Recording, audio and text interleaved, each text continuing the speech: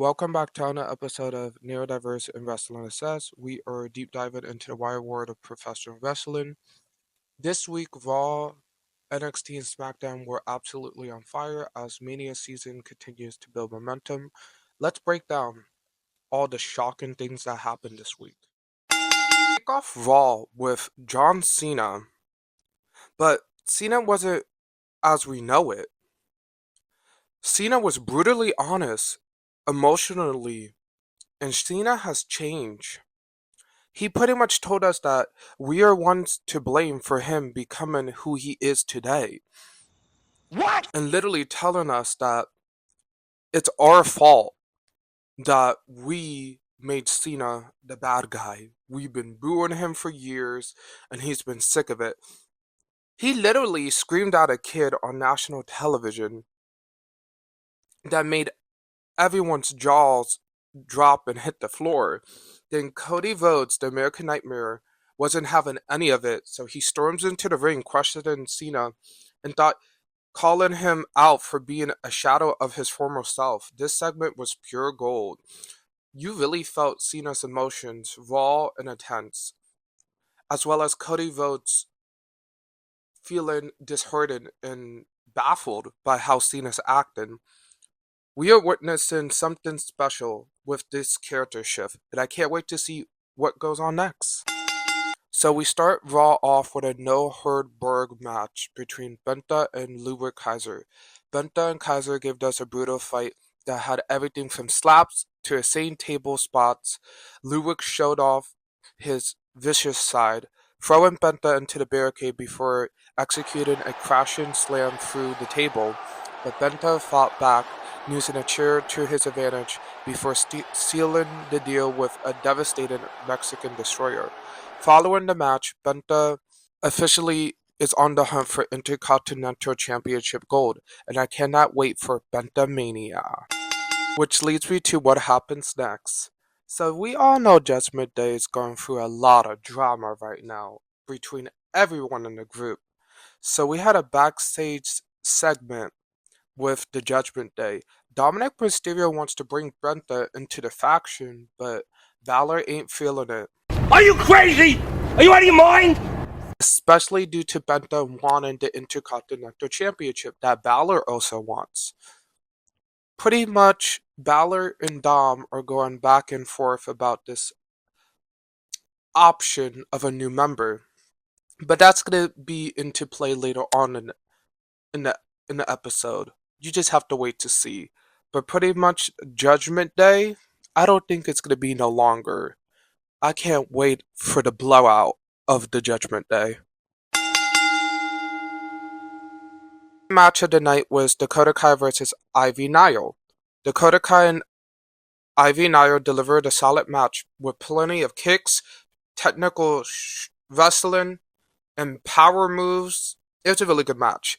Ivy really had an early advantage, but the distraction from Chad Gable. Oh, don't even get me started on Chad Gable. This guy wants to be in everything. You're gonna find that out later on in a tag team match. But, he really is desperate to be in this WrestleMania picture. Like, you can just see it. But Chad Gable pretty much tries to distract Dakota Kai, but the LWO comes out to beat up Gable and the Creed Buggers, giving Dakota Kai a chance to hit Nile with a sneaky boot and a GTK for the win. The real question remains, who would challenge Lyra Valkyria for a women's intercontinental match at Mania? I feel like this is going to maybe go in a multi-woman match. Hopefully a multi-woman ladder match, because we never got that at Mania, and that would be pretty cool to see. The next thing we had was Jey Uso versus Austin Theory. Jey Uso didn't waste no time. He literally beat Austin Theory in 5 seconds with a spear. But the post-attack attempt, Jey Uso stood tall, but Gunther interfered and tried to get some hits in, but it failed. Pretty much showing we don't know what's to come with this WrestleMania match. Will Jey Uso take the title or not? We will never know. The next thing we have is the WrestleMania contract signing between Bianca Belair and Io Sky. This segment was absolute fire. Bianca and Io was heated with heated exchange to each other, but the real shocker was Rhea Ripley coming out and entering and interfering with the contract side and saying that nobody's going to take her title and she wants her title back, leading to Bianca getting in Rhea's face, and Io got involved. That led into a brawl, what let Rhea put both women through a table and sign the contract. So we don't know what this means, but pretty much I think we're going to get a triple threat of Mania, and I cannot wait. I'm just saying it now. I love how the storyline is building up, and we didn't expect Rhea to lose her title before Mania. So I love how the storyline is going, and I just cannot wait. The next match is LWO versus American Made. The match had everything from high flying action to power moves to crazy counters. The highlight was Rey Mysterio reversing into a DDT. Mid-air was crazy. Rey secured the win with a 619. Post-match, a masked figure attacked. Boy, we all know it's Chad Gable wearing a luchador mask. Pretty much beating up the LWO. So what did this mean for the tag team scene leading to Mania? We just have to wait to see. Then we got this killer promo from Seth Rollins, calling out Roman Reigns, saying he was always a follower since the Shield and not a leader, and throwing shade to Punk, and pretty much saying that he will be there on SmackDown, and we will see what happens on SmackDown later, but oh boy, it was a blowout. I love how they're setting up this rivalry, the history between Seth Rollins, Roman Reigns, and CM Punk, because CM Punk hired the Shield in one match. So that's also connecting, and also having Seth and Roman from NXT coming up as the Shield, and Seth turning on Roman a long time ago. So everything is just beautifully folding together into a beautiful story. And this is going to be a classic. I can't wait for this match. The main event was Finn Balor versus Braun Breaker for the Intercontinental Championship, and it was main event worthy match. Finn brought everything to it, from high flying to technical submissions and ground work, from Braun Breaker doing powerhouse moves back and forth. But the main part of the main event was the Judgment Day interference led to chaos. Braun Breaker was on the top rope with Finn Balor. Finn Balor and Braun Breaker was trying to get off the top rope. Dominic Mysterio got involved, pushed Breaker off the top rope, but at the same time injuring Finn Balor, which led to Breaker hitting the spear and winning the match. But after the match, the Judgment Day attacks, but Penta comes out to save Breaker, standing tall with the IC title in hand.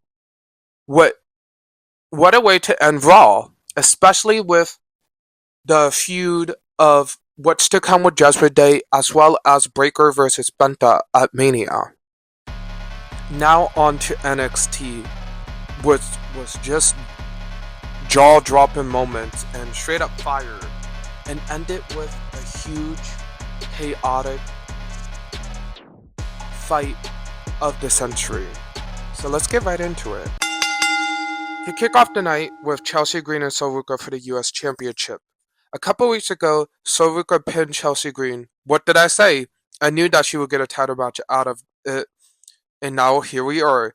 The match was a showcase of athleticism, with Chelsea Green working on Soruka's arm nearly the whole match, but Soruka counters with the next level head scissors and a stand-in escape into a cartwheel into an X Factor. That was just mind-blowing. But of course, we had an interference from Alba Fyre and Piper Niven, causing chaos despite Soruka's insane moveset.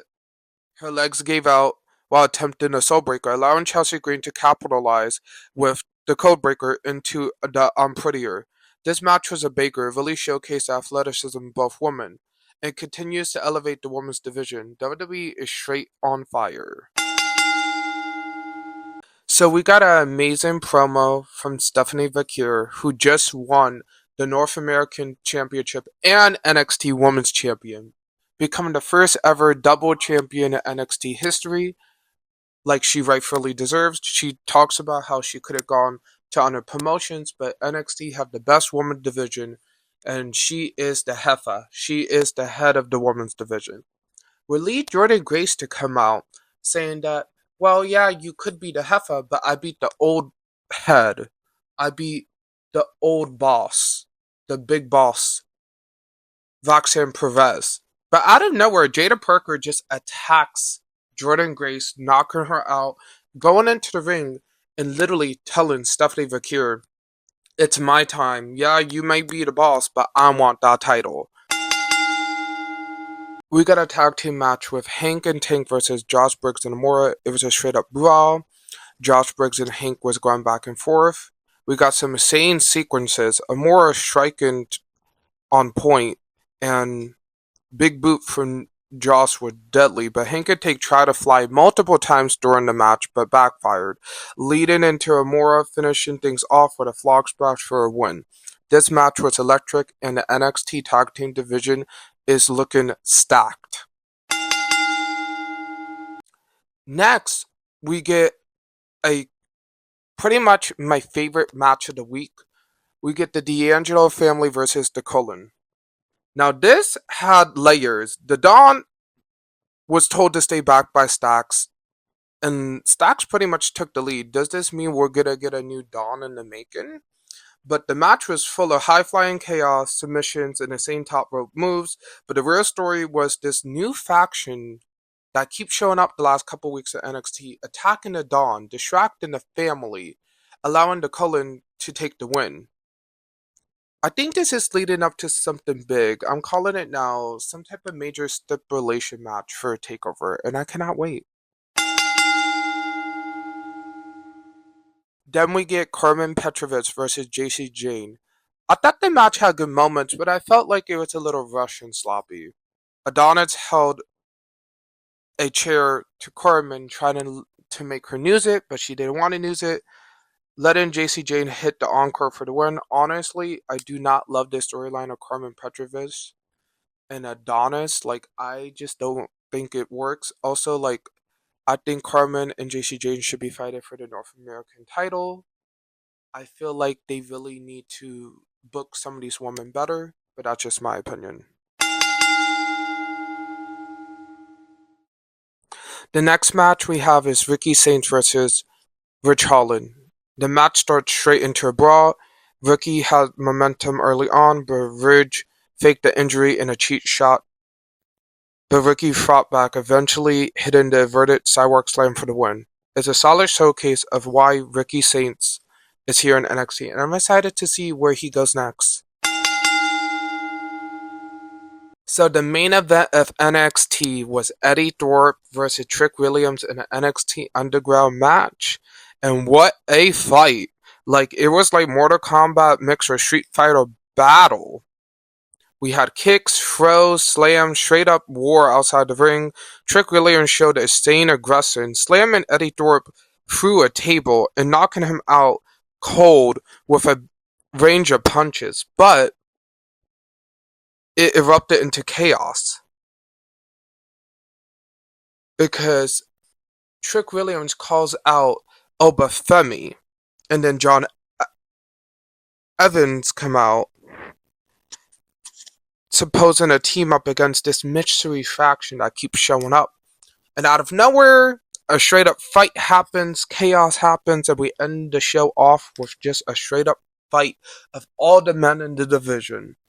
We need to see where this going into Stand and Deliver. Are we going to get like a multi-man championship match? Are we getting some type of war game match? Because I feel like, like NXT, we didn't get a war game match in a while. Are we building up to war games? We just have to wait to see.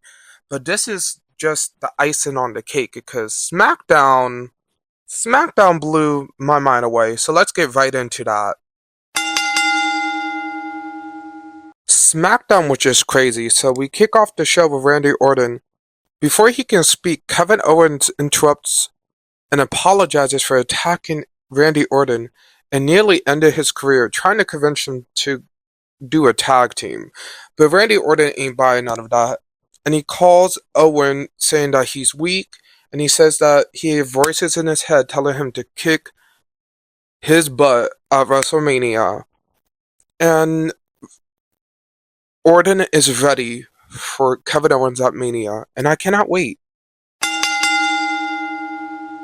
We start the first match of SmackDown with Damian Priest and Jimmy Uso versus Drew McIntyre and Shinsuke Nakamura. The match begins with everyone brawling up the ringside. Priest gets double teamed and Jimmy Uso hits the Hurricanrana into Drew and Nakamura. Inside the ring, Drew takes control with a belly-to-belly suplex and a double twist lock. Jimmy fights back with a Samoan drop. Nakamura tags in, but Priest isn't there for Jimmy to tag out, so Jimmy needs to fight back and kick and eats a dragon whip. Priest tags in and takes out Drew and hits Nakamura with a crossbody off the turnbuckles. Nakamura counters with the big boot and a roundhouse kick, but Damian Priest levels him with a clothesline. Jimmy and Drew battle on the outside, and Jimmy sends Drew into the announce table. Nakamura takes out Jimmy, but Damian Priest stands south of a heaven for a counter street. After the match, Drew McIntyre ambushes Priest and delivers a brutal claymore with the crowd counting in Italian. I smell a last man standing match between Drew McIntyre and Damian Priest at Mania, and I cannot wait. Then we get a spicy segment between Tiffany Stratton and Charlotte Flair. Tiffany tries to start the conversation, but Charlotte just cuts her off, and Charlotte just says Tiffany is a knockoff Charlotte Flair that needs to mind her business, and I don't know what she's doing in this company. I'm like, damn, that was kind of harsh from Charlotte, calling Tiffany a pretty much a copycat. The ultimate shade of it all. And Tiffany says, well, I've been here while you've been so-called on vacation because you've been injured. Pretty much saying that Charlotte Flair can come and go as she want and win any title, and she doesn't deserve the title because Charlotte Flair pretty much does nothing. And pretty much this gets feud because Charlotte says, I've been in this game longer than you, but Tiffany clapped back with, well, how much longer you have in the game. This feud is getting personal, and the WrestleMania match is shaping up to be a classic. The next match we get is Jacob Fatu versus Braun Strowman. Braun Strowman dominates early with power moves, but Fatu uses his agility to counter with a headbutt and kicks. Braun sends Fatu flying over the announce table with a running shoulder tackle as Braun sets up the power slam. Tama Tonga interferes, leading into a disqualification. After the match erupts into chaos, LA Knight storms in to even the odds. This feud is getting intense. And next week, we're going to get LA Knight versus Braun Strowman. I just cannot wait. Then we get Zelina Vega versus Piper Niven. Zelina Vega fights hard but gets overpowered by Piper. Despite hitting a tiger feint kick and a satellite DDT, Vega's fall victim to the crushing crossbody given by Piper for the win. Can anyone stop Chelsea Green's faction of her in her cabinet? I feel like maybe somebody can, but I feel like it's maybe somebody that's going to come back soon. I feel like we're going to get her versus...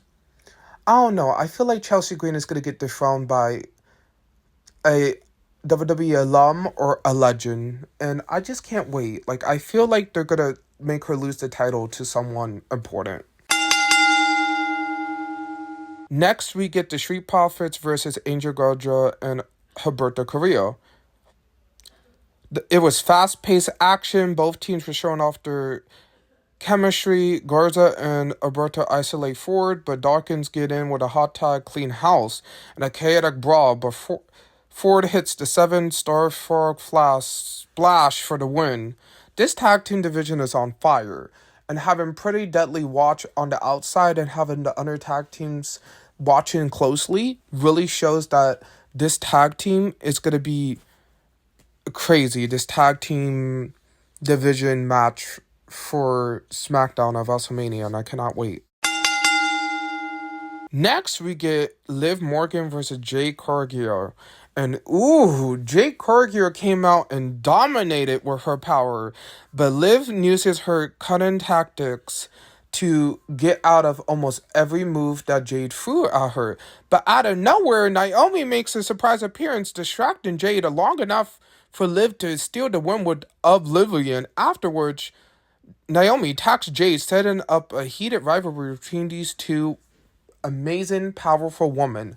And I cannot wait. And I love this heel Naomi. Her outfit, her attitude. I just can't wait to see where this goes. We end the night off with Seth Rollins confronting CM Punk and Roman Reigns. Roman Reigns come out first and then Seth Rollins.